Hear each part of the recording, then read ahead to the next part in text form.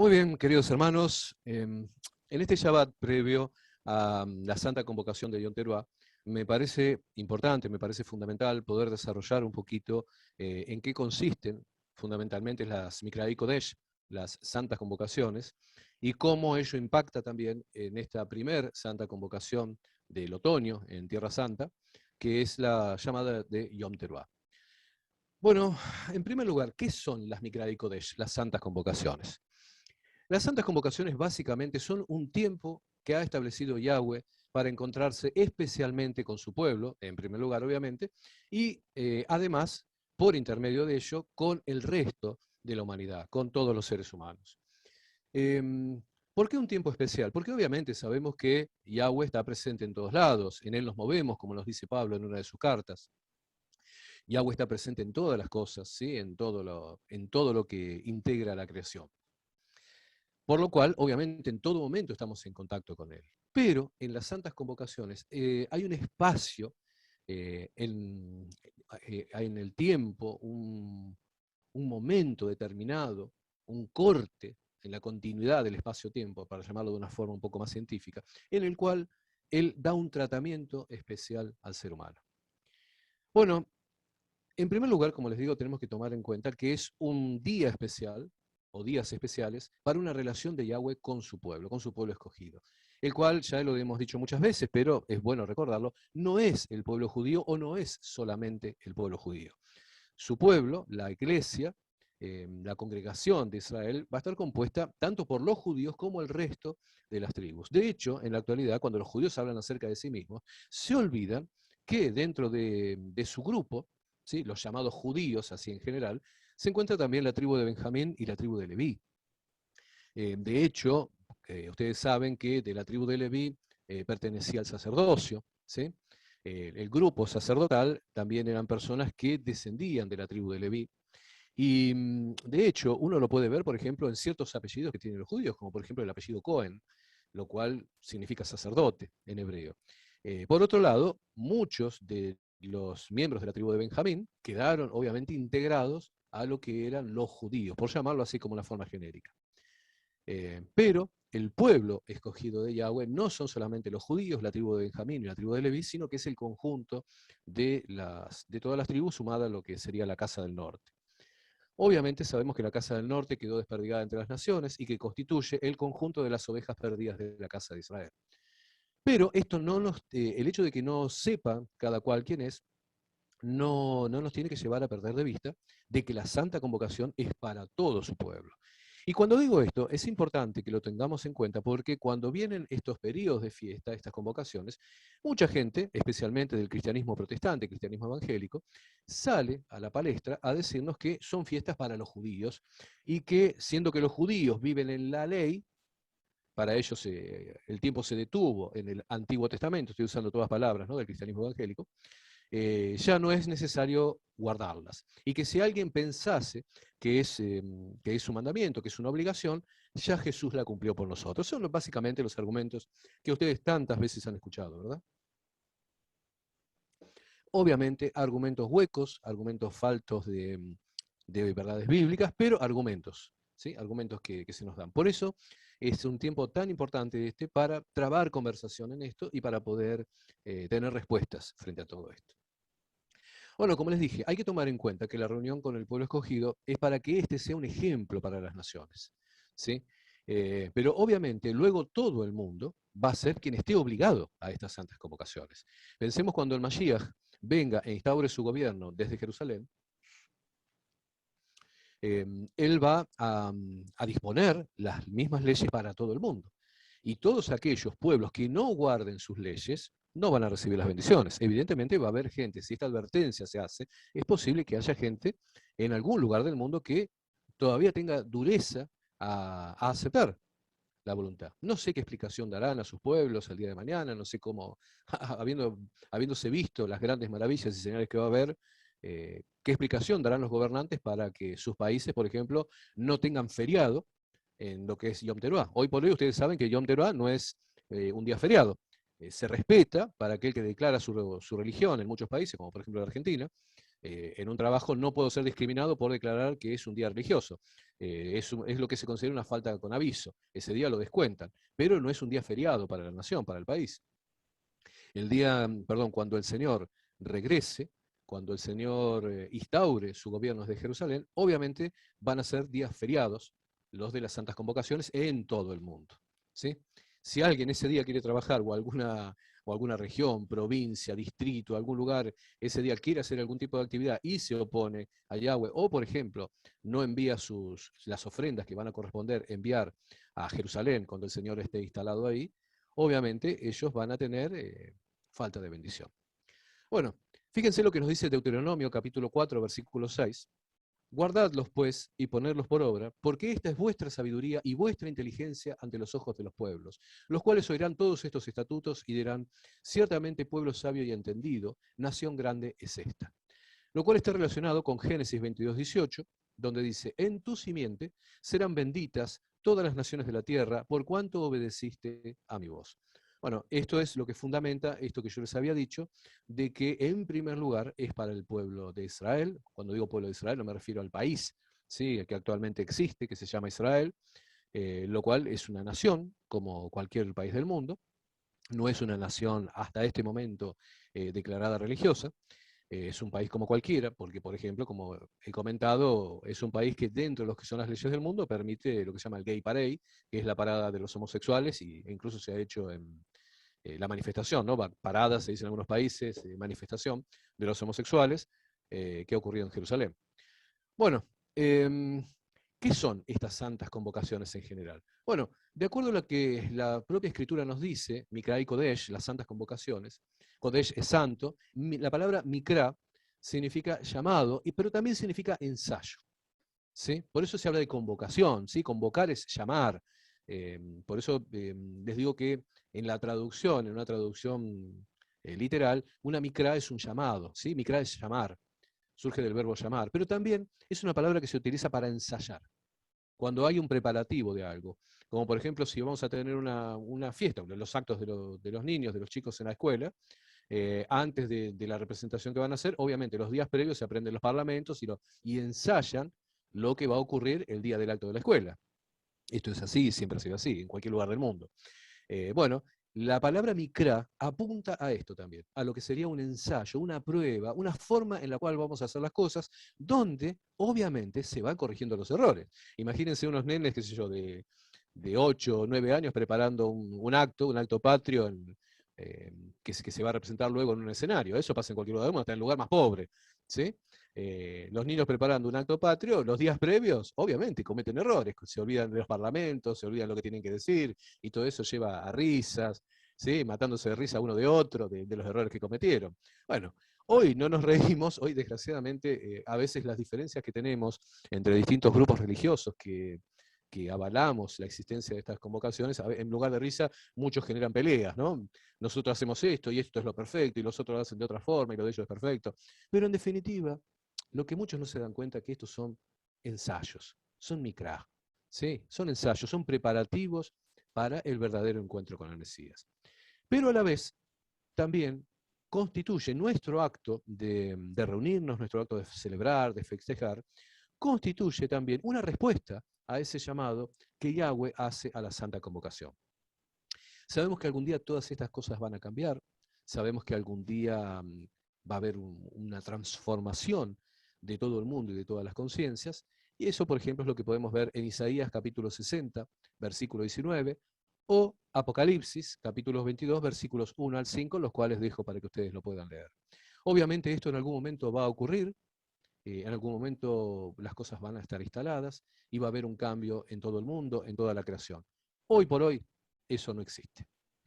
Bien, sabemos que las santas convocaciones son varias, estos Mikra y Kodesh, estos llamados, lo cual también vamos a ver como tiempos escogidos en otras partes de la Biblia, lo que se llama Moedim, ¿sí? Porque un Moed, ¿sí? M-O-E-D, lo digo en castellano. Un Moed es también un tiempo preparado, un tiempo determinado, una estación determinada. Bueno, ¿qué diferencia hay entre cada una de las santas convocaciones? Ustedes saben que son varias. En principio tenemos 8 registradas, ¿sí? Apuntamos a eso. ¿Cuáles son las diferencias que hay entre ellas? Bueno, hay tres diferencias básicas que ustedes pueden encontrar y que yo he desarrollado en algunos de los textos que después voy a poner a disposición de ustedes. Y son, en primer lugar, si se trata o no de convocaciones o fiestas que sean o no de peregrinaje. ¿Qué significaba peregrinaje? Si había que ir o no a Jerusalén. Lo segundo es la fecha, obviamente, en la cual se celebran, porque no se celebran todas juntas. Y la tercera diferencia que hay entre ellas es lo que hay que hacer en cada una de ellas. ¿Sí? Entonces, repito, vamos a encontrar en las Mikra y Kodesh, en las santas convocaciones, en los Moedín, tres diferencias básicas. Si son o no de peregrinaje a Jerusalén, la fecha en la cual deben celebrarse y lo que debe hacerse en cada una de ellas. Bueno, para todo esto, nosotros tenemos textos bíblicos de la Torá. Pensemos que estos, de lo que estamos hablando son santas convocaciones, fiestas, momentos escogidos de la Torá. ¿Sí? Hago hincapié en esto porque, por ejemplo, en Esther tenemos lo que es Purim, o en Macabeos tenemos lo que es la fiesta de Hanukkah, las cuales son fiestas nacionales celebradas por el judaísmo. Obviamente, ustedes saben que yo promuevo la celebración de estas fiestas porque entiendo que también tienen un contenido profético, pero hay grupos, obviamente, de creyentes en las llamadas raíces de la fe que no consideran que deban celebrarse esas fiestas por ser exclusivamente judías. Pero estas, las santas convocaciones, como las que hoy nos reúne a hablar, aparecen en la Torá. Aparecen básicamente en tres textos, los cuales sí voy a leer esta vez, que son Levítico 23.2, Éxodo 23, 14 al 17, y Deuteronomio, capítulo 16, versículos 16 al 17. Levítico 23.2 nos dice, habla a los hijos de Israel y diles, las fiestas solemnes de Yahweh, las cuales proclamaréis como santas convocaciones, serán estas. Bueno, acá aparece la palabra que yo les había dicho, la palabra Moedim, ¿sí? Que es el Strong 4150, y estas son también proclamadas, ahí como momentos escogidos, santas convocaciones, como Mikra Kodesh. ¿Sí? Acuérdense, la palabra, bueno, ustedes ya conocen la palabra Kodesh, de ahí vienen muchas cosas, Kodashim, es todo lo que tiene que ver con apartado, con la palabra santo. ¿Sí? Mikra es el Strong 4744 y Kodesh es el Strong 6944, por si alguien lo busca en ese diccionario. Bueno, estas santas convocaciones o santos llamados reciben obviamente un nombre en griego, en la Septuaginta, y es interesante saberlo porque el nombre en griego nos conduce luego a ver cómo se utilizan las mismas palabras en el llamado Nuevo Testamento. En griego, la santa convocación se dice kletas agias, ¿sí? Cuando en griego aparece la palabra agio, agia, todo eso tiene que ver con santo, ¿sí? Pneuma agio es, por ejemplo, que se llama Espíritu Santo, ¿sí? Bueno, como les decía, santa convocación en griego es kletas agias. La palabra kletas es la palabra que significa llamado, ¿sí? Santos llamados, santos momentos en los cuales somos convocados. Y es lo que aparece, por ejemplo, en Mateo capítulo 20, versículo 16, donde el mismo Señor dice, así los primeros serán postreros y los postreros primeros, porque muchos son llamados, y acá aparece la palabra esta, más pocos escogidos. La palabra llamados también aparece en Romanos capítulo 1, versículo 1, Romanos capítulo 1, versículo 6, Primera de Corintios 1:1, Apocalipsis 17:14. En cada uno de estos tenemos las palabras llamadas. Éxodo 23:14 al 17, lo cual dice, 3 veces en el año me celebraréis fiesta. La fiesta de los panes sin levadura, guardaréis, 7 días comerás los panes sin levadura, como yo te mandé, en el tiempo del mes de Abib, porque en él saliste de Misraín, de Egipto, y ninguno se presentará delante de mí con las manos vacías. Bueno, este primer versículo nos habla de la fiesta de panes sin levadura, que es Yom Hamatzot, que está obviamente íntimamente conectada con Pesaj, ¿sí? O sea, acá se nos está hablando de lo mismo, de Pesaj y de panes sin levadura. Que este era uno de los momentos en los cuales debían acercarse a la ciudad santa. El versículo 16 dice, también la fiesta de la siega, los primeros frutos de tus labores, que hubieres sembrado en el campo.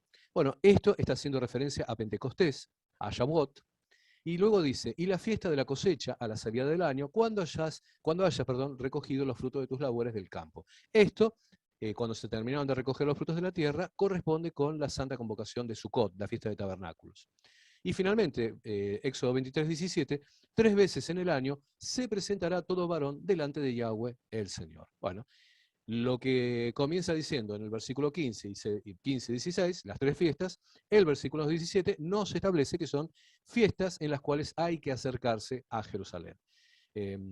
Luego, Deuteronomio capítulo 16, versículo 16, repite, dice, 3 veces cada año aparecerá todo varón tuyo delante de Yahweh tu Dios en el lugar que él escogiere. Sabemos que el lugar escogido es Jerusalén. En las fiestas solemnes de los panes sin levadura, y en las fiestas solemnes de las semanas, y en las fiestas solemnes de los tabernáculos. Y ninguno se presentará delante de Yahweh con las manos vacías, cada uno con la ofrenda de su mano, conforme con la bendición que tu Dios, que Yahweh tu Dios te hubiere dado. Por lo cual, por todo esto, las fiestas de peregrinación a Jerusalén son estas 3. El día 15 comienza Yom HaMatzot, panes sin levadura.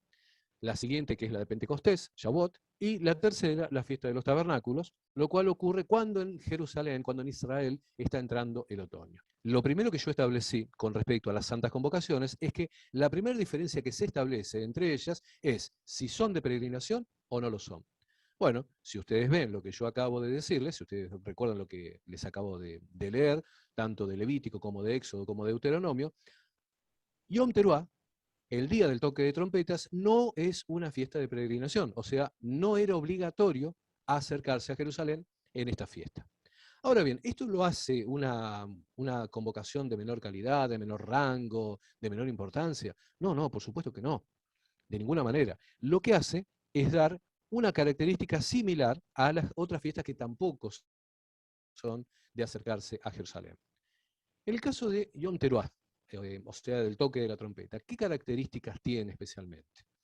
Bueno, en primer lugar, es una de las 4, digamos, que no han tenido un cumplimiento por parte del Mesías, un cumplimiento mesiánico.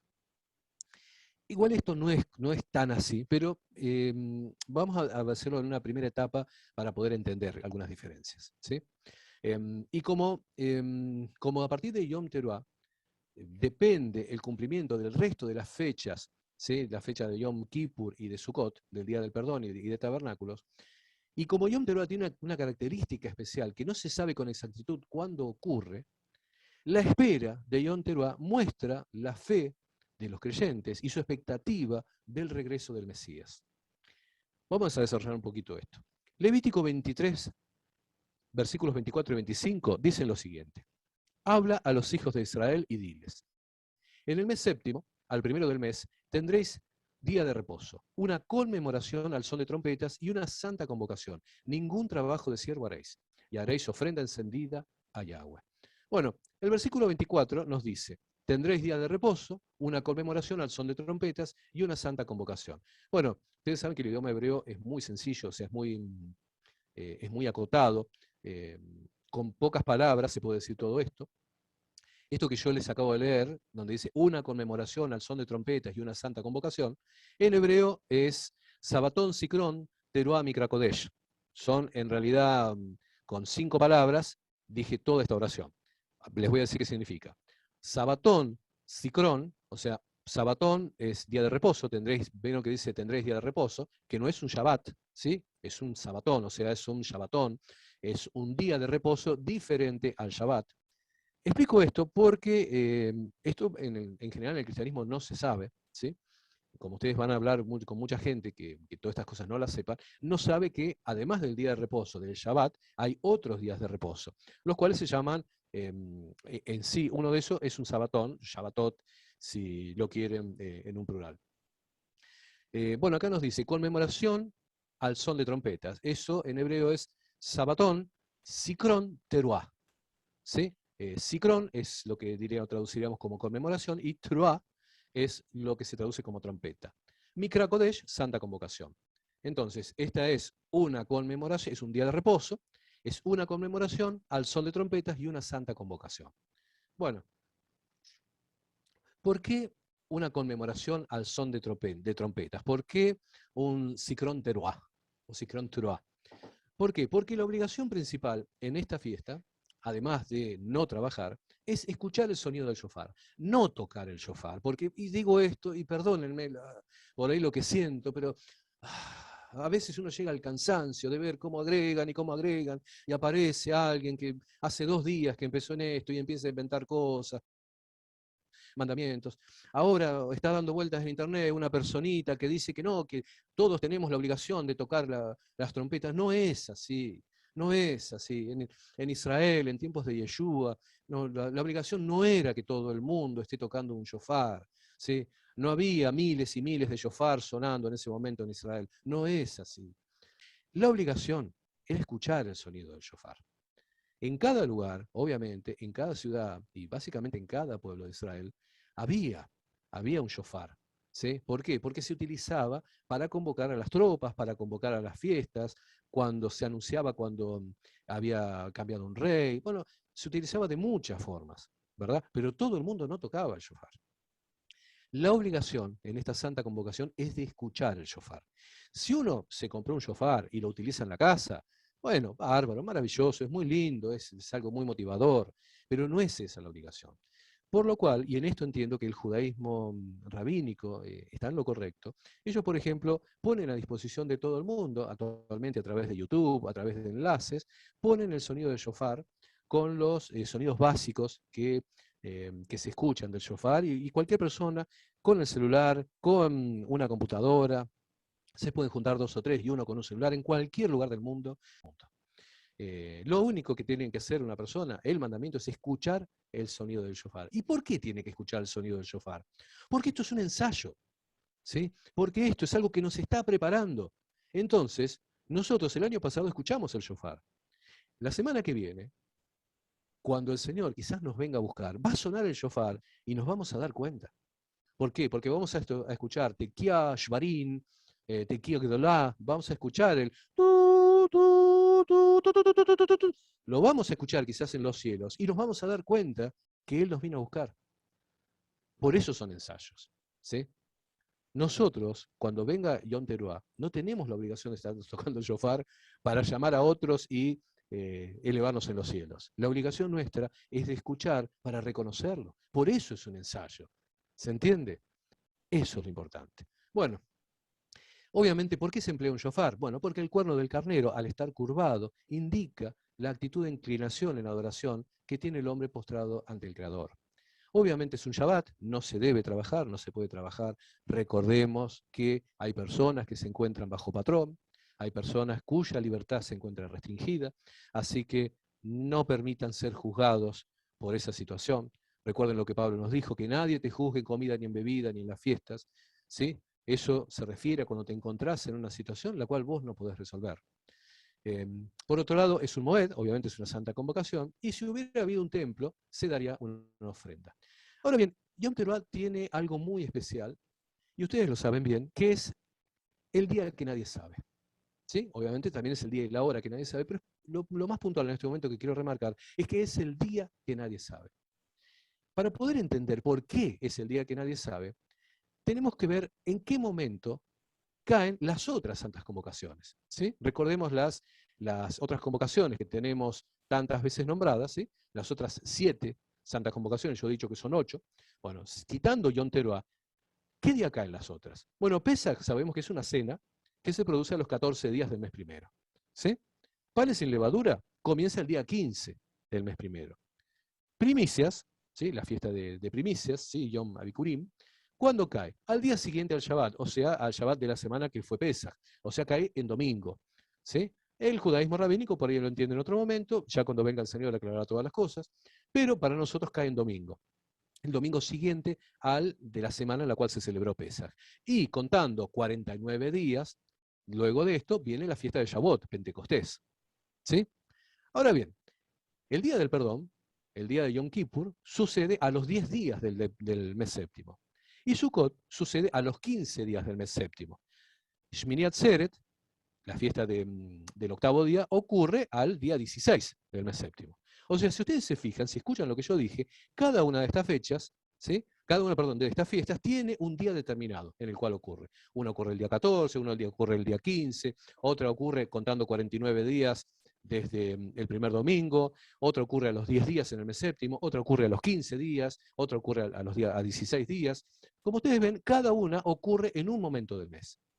Pero Yom Teruah ocurre el primer día. Es la única santa convocación que cae el primer día de un mes. ¿De cuál mes? El séptimo. ¿Y qué es lo que lo hace diferente en esto? Que los meses comienzan cuando se ve el avistaje de la luna nueva en Jerusalén. Pero es posible que la luna nueva, perdón, que la luna no sea vista en Jerusalén en una tarde determinada, sino que pueda ser vista en realidad al día siguiente, o que quizás al día siguiente, porque está todo nublado, no se vea. Entonces, si tenía que caer, por ejemplo, el día 8 y no se ve, la Santa Convocación pasa al día siguiente. Al día siguiente se considera que comienza el mes. Espero que esto se haya entendido, porque esto es muy importante.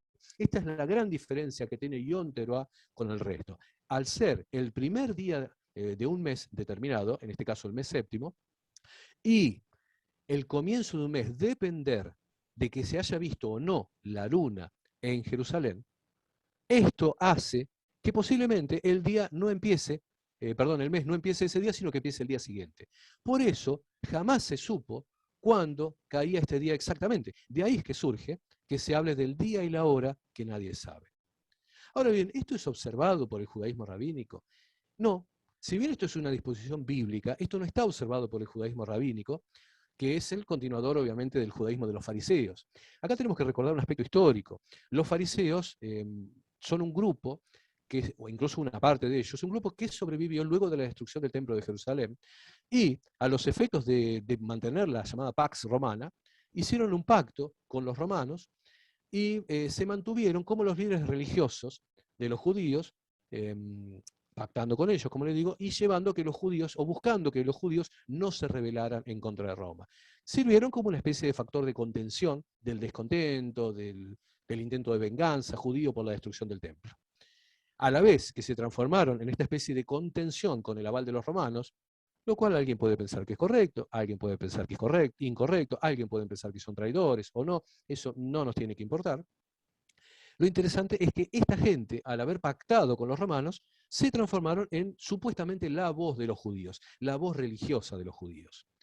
Y a partir de ser la supuesta voz de los judíos y encontrarse en la dispersión, es que uno de sus llamados sabios, Gilel II, estableció un calendario artificial con meses ficticios, los cuales ya hemos charlado en otro momento, y con comienzos de mes y final de mes y cantidades de días en el mes arreglados antes de lo que pudiera verse en la realidad.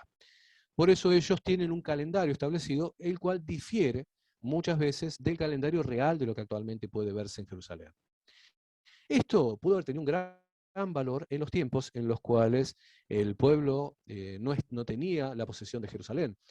En los tiempos, por ejemplo, en el cual el pueblo no podía ver la maduración de la vid en Jerusalén, la maduración de la cebada en Israel, perdón, no solamente en Jerusalén. Esto pudo haber tenido un valor como para mantener la cohesión del pueblo y para mantener la identidad religiosa. Pero hoy, que ya desde el año 1967, que las tropas del Sahel, del ejército de Israel, reconquistaron Jerusalén, cumpliendo la profecía que hablaba de que Jerusalén dejaría de ser pisoteada por los gentiles, desde el momento que se tomó el control de Jerusalén, ahora es posible ver la luna. Ya este calendario ficticio no tendría razón de ser. Ahora bien, esto que han hecho ellos, ¿es en la actualidad conforme a la voluntad de Yahweh? Y obviamente no. Cuando uno lee Éxodo capítulo 12, versículos 1 y 2, se establece cuál es el primero de los meses, lo cual es el mes de la Aviv. ¿Por qué digo esto? Porque obviamente ustedes saben que el judaísmo rabínico, continuador del judaísmo farisaico, establece que el primer día de este mes va a ser lo que ellos llaman Rosh Hashanah, ¿sí? La cabeza del año. Por eso celebran y festejan el Año Nuevo. Obviamente, ¿qué es lo que cree el judaísmo rabínico? Bueno, una mezcla de verdades bíblicas con paganismo y rituales inventados por el hombre, que tantas veces hablamos, llamadas alajot y takanot. Preceptos que obviamente, aun cuando no son mandatos bíblicos, ellos, por el poder religioso que tienen, le acuerdan fuerza de autoridad para con su gente. Y como las personas que asisten a las sinagogas no leen las escrituras, porque vamos a ser francos, quizás ustedes crean, o alguien que escuche este audio crea que los judíos son personas tremendamente religiosas, y es muy raro encontrar un judío que realmente lea la Torá, que lea la Biblia, o que haya leído alguna vez a uno solo de los profetas. En la realidad son como cualquier practicante de cualquier religión, como un católico, como un ortodoxo. Si ustedes me muestran un católico que haya leído completamente la Biblia, les puedo decir que son puntuales, son escogidos. E incluso creo que uno de ellos lo tenemos entre este grupo, ¿verdad? Una persona que leyó completamente la Biblia y eso la llevó, sé que es una mujer, la llevó a un entendimiento de las Escrituras y apartarse de la idolatría. Como les digo, las personas que asisten a las sinagogas en general no leen la Biblia y terminan haciendo lo que los rabinos les indican, como si eso se tratase de un mandamiento bíblico, ¿sí? Desgraciadamente hay muchos grupos judíos mesiánicos que siguen la voluntad de los rabinos por la frasecita llena de veneno que dice que eso está prescrito por un tribunal de sabios que tiene autoridad. Y bajo ese argumento repiten cualquier tontería que diga un rabino y la proclaman. Bueno, el judaísmo rabínico cree que en lo que ellos llaman Rosh Hashanah fueron creados el hombre y la mujer. Nosotros sabemos que específicamente la mujer fue creada después del hombre, pero quizás, bueno, está bien, esto pueda entenderse como el texto de que varón y hembra los creó, ¿sí? O sea que obviamente Dios creó al hombre conteniendo dentro de la mujer. También el judaísmo rabínico cree que entre Yom Teruah, o sea, el día del toque de las trompetas, y Yom Kippur, el día del perdón, se producen los llamados días de expiación, los Yamim Noraim. Pero hay que tener presente que Yom Kippur es el único día de expiación. Como les digo, ellos mezclan verdades con mentiras, pero aún en esto, aún cuando haya mentiras, hay ciertas verdades. Y les voy a comentar algo, yo ya lo he dicho otros años, pero como sé que hay gente nueva que está escuchando este audio, ellos, por ejemplo, los judíos rabínicos, mantienen lo que se llama el Sidur de Rosh Hashanah. ¿Qué es un Sidur? Un Sidur es un libro de oraciones. Ellos para Rosh Hashanah, para lo que nosotros llamamos Yom Teruah, Rosh Hashanah significa la cabeza del año, Rosh significa cabeza, en hebreo Hashanah sería el año, Sidur es un libro de lectura, así como una liturgia. Ellos mantienen vigente este libro de liturgias de Rosh Hashanah. Y la importancia de que ellos hagan esto es porque en el día de Rosh Hashanah, en la sinagoga, en la Beit Knesset, los judíos tienen la obligación de hacer una oración. Y yo sé que la he leído otros años, sé que lo he comentado, escrito sobre esto, pero me parece importante que ustedes escuchen esta oración, obviamente lo voy a hacer en castellano, escuchen lo que dice esta oración, porque ellos tienen la obligación de decirla y la dicen.